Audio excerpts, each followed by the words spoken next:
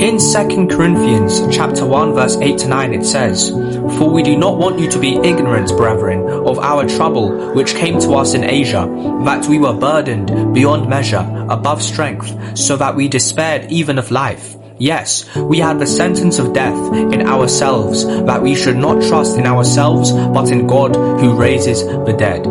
Now I want you guys to realize that some of you, you are at a point in life where you are just allowing yourself to be fully immersed in sin. You are moving through life faultlessly. You are carrying yourself without a care in the world. You are carrying yourself passionate with the carnal desires of your flesh, and you are allowing yourself to be sucked in to the promises of this world and what it has to offer. But I am here to tell you today that you do not want to be pushed to the farthest edge of your sanity in order for you to finally realize that God is real and He requires true righteousness. I was pushed to the lower depth, to the lowest depths of my life. I was pushed to a point where frankly, I want to be honest, I didn't really want to carry on anymore. And some of you know what I mean when I say that. I was too foolish to realize that I was destroying myself spiritually, mentally, and physically with the overwhelming desires of my flesh, and I was succumbing to the desires of my flesh. And I allowed it to influence the way I spoke to others, the way I presented myself before others, the way I looked at others. And some of you may influence.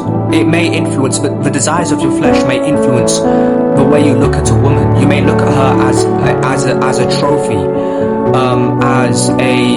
as an object that you can just use to your advantage. But God is saying to you today that you don't have to do this anymore. You have to just reverse the indoctrination of the enemy that has been brought upon you. You are suffering from what is called being spiritually dead. You are spiritually dead. That's what you are suffering from.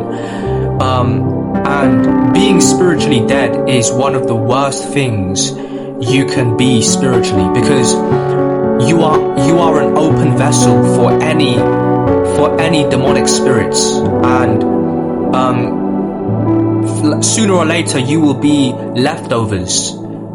Demons will just be using you, coming in and out of you, and you will be leftovers in the spiritual realm for any demon to use. And you'll just be a pass around in the spiritual realm.